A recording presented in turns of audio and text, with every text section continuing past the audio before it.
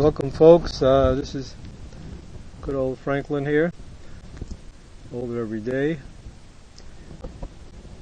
I'm sitting here on top of my favorite HITBOD'DUT hill here in Yavniel, looking out at the green.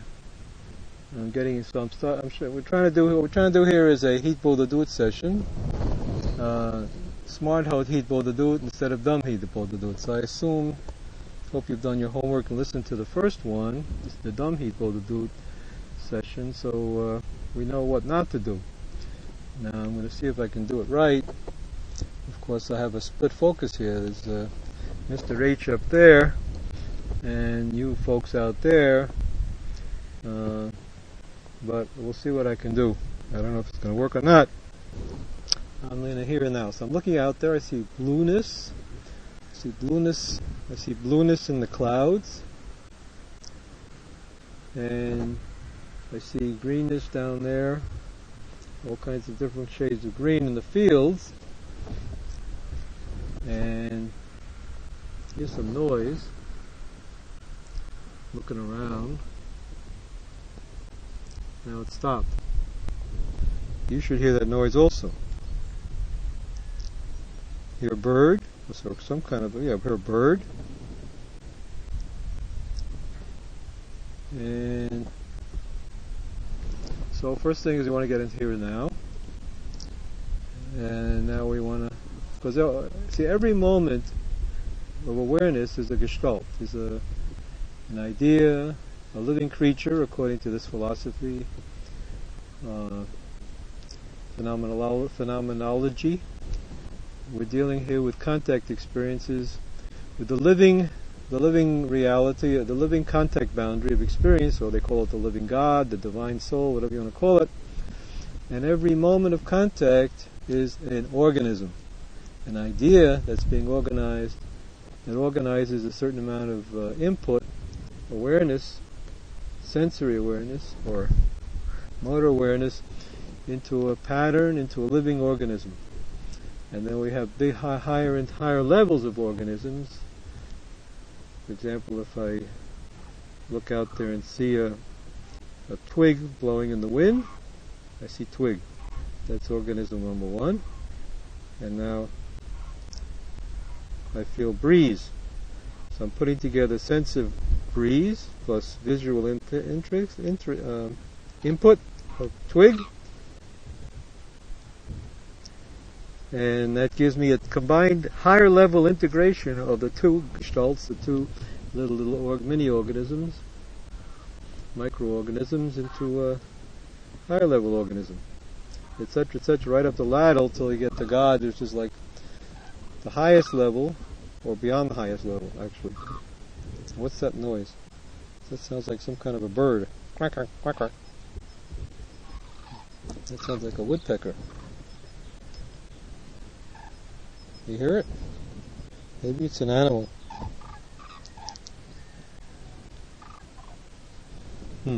Sounds very close, doesn't it? Quacker. Is that something wrong with my machine or something? What is it? What is it?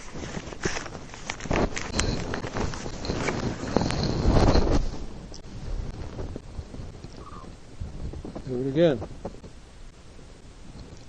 Anyway, so what does it have to do with Hashem? So Hashem, even though we haven't mentioned the word Mr. H yet, we're still dealing with him in the sense that if we start on this level of going up and top in the bigger levels, of higher levels of integration of the little gestalts and the bigger gestalts, the highest level we get to the outer sphere. When you use Aristotle terminology, Maimonides terminology, we're dealing with spheres. That was 500 BC. They talked about spheres. We call them gestalts. So we've really progressed, haven't we? Same thing with a different label. But according to Aristotle, Maimonides, we have bigger and bigger spheres, and man is the center of the universe. And so I'm starting on little spheres and working my way out to big spheres. And Mr. H's sphere is the is the one that's beyond the spheres, as they say in Judaism, Rochev al Haravot, so he rides on the desert of all the dead forms that he's going to, Machayim 18, that he's going to bring back to life. So that's the theory anyway. Another jargon, we can use Leibniz terminology. We call every one of these gestalts as a monad, from the one. One little unit of oneness, one organism, and we start adding gestalts or monads. We build up finally, instead of building up a strong gestalt, which includes many weak gestalts, encompasses them, we build up a monadology. A monadology is a big tree of all these little monads, all integrated into one big idea or one big monadology. So that's ethereal bit.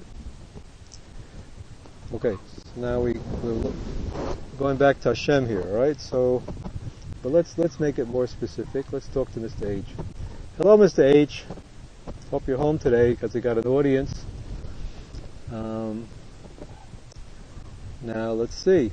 If I already did that, did I just use a projection? I hope you're home today. In other words, did you abandon me today? Did you leave? Did you close the door? Now that's my own, probably that has to be my own ego projection of an abandonment. I'm feeling abandoned right now by all you folks who won't pay my rent. Aggravation.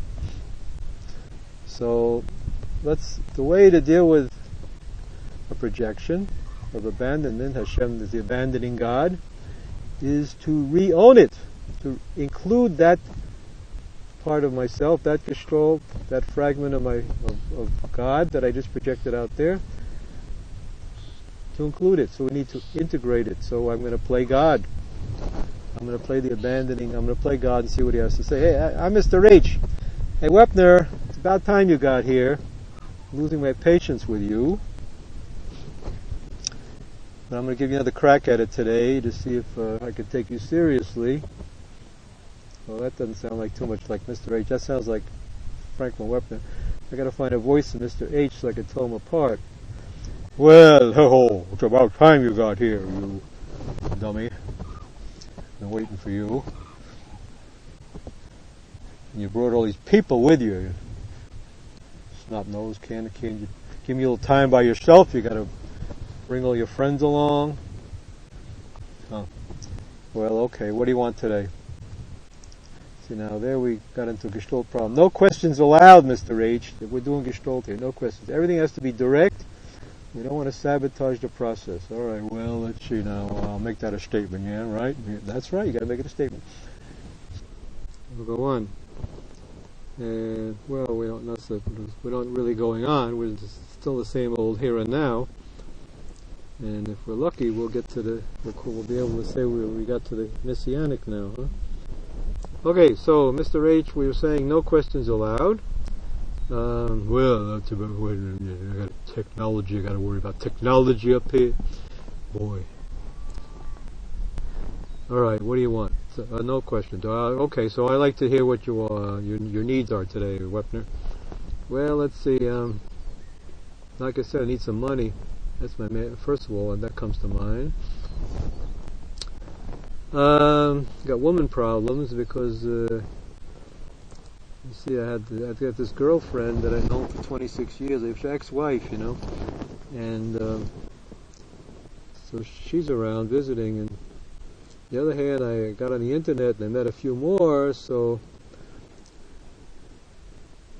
the ones on the internet are upset about the ex-wife, and the ex-wife's upset about the internet ones. And I'm not, you know, like I'm not the type that can lie to people. So kind of a tragic comedy situation here. You might end up with nobody. Serves you right, huh? Triple timing, quadruple timing. Well, so you're not going to give me advice and help me out here, Hashem, Mr. H. So what should I do about these women? So I'm not supposed to ask questions either. So I'm supposed to say something. Well, I'm just riding the moments, I'm staying in our here and now thing, and trusting, and with faith, and by being in the here and now, that's a form of prayer, because I'm not anticipating, not demanding, just living the moments, and trusting with a certain amount of faith that somehow you'll take care of things, right? Well, that's very good. You're beginning to get the point, buddy. All right. Well, so then I'm doing it right, huh? No questions allowed. So maybe I'm doing it right. I think I'm trusting, and what's real will be real, and what's not real will be not real, and that's it, right? All right. What's next? What else you want? Oh, no questions. Well, let's see. Well, I'm proud of you, Wepner. You're getting your act together here. You're taking the whole show. You're taking me on the road too. Maybe we'll get some converts, huh? Doing some kiruv, Hebrew word meaning bring them closer. So you're doing a good job. You're doing a good job. Very good. Thanks. Let's see. Where was it? So what else? Let's see. Prayer comes to mind. If we're praying, well, we need text. Baruch atah Adonai Eloheinu melech olam shechiyanu v'kiyamanu v'higyanu lazman hazeh. Better tell them what it means, huh? Might have some goyim out there listening. Well, let's see. It means, blessed art thou, Lord, our Mr. H. I'm not supposed to say your name. Who got us to this moment, Shechianu, caused us to live, V'kiyamanu, and sustained us, V'higyanu, brought us to this moment of this now. Okay, so thanks a lot. Nothing. It's okay, don't worry about it. Alright, well, we took care of that. So you see, we did some prayer here. This is prayer, according to what my understanding of what, especially when you read Breslav stuff, you read Likutei Moharan, the emphasis is on faith and prayer. Means being in the here and now, and trusting that what comes out of the here and now, in your attempts to your dialogue with God or with Mr. H, will somehow be real. In fact, more real than what you started out with. Okay? So we're testing out that hypothesis right here in the laboratory.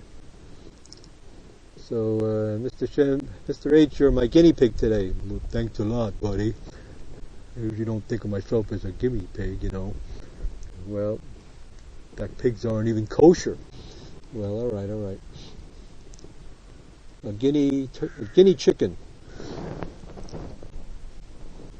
All right.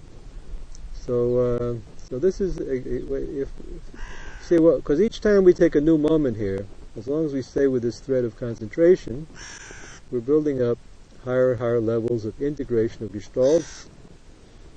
This is called inductive reasoning, inductive logic, where we start from the particulars and work our way up the tree towards the general, towards the big oneness. That's you. Yeah. You better not forget it either. The big oneness. So you're the one without a second. And right now we're eliminating all the seconds one after the other by integrating them into the oneness. Every time I project another part of myself out there, of your reality out there, that part needs to be integrated into the oneness. Boy, that's very interesting. Yeah, you say I got you all figured out. Well, I don't really pay much attention to what I do, and I just do it, you know what I mean? Well, but sometimes it helps people to understand the process a little better. Because a lot of people need logic to be convinced that praying is worth the trouble. All right. So give them what they need.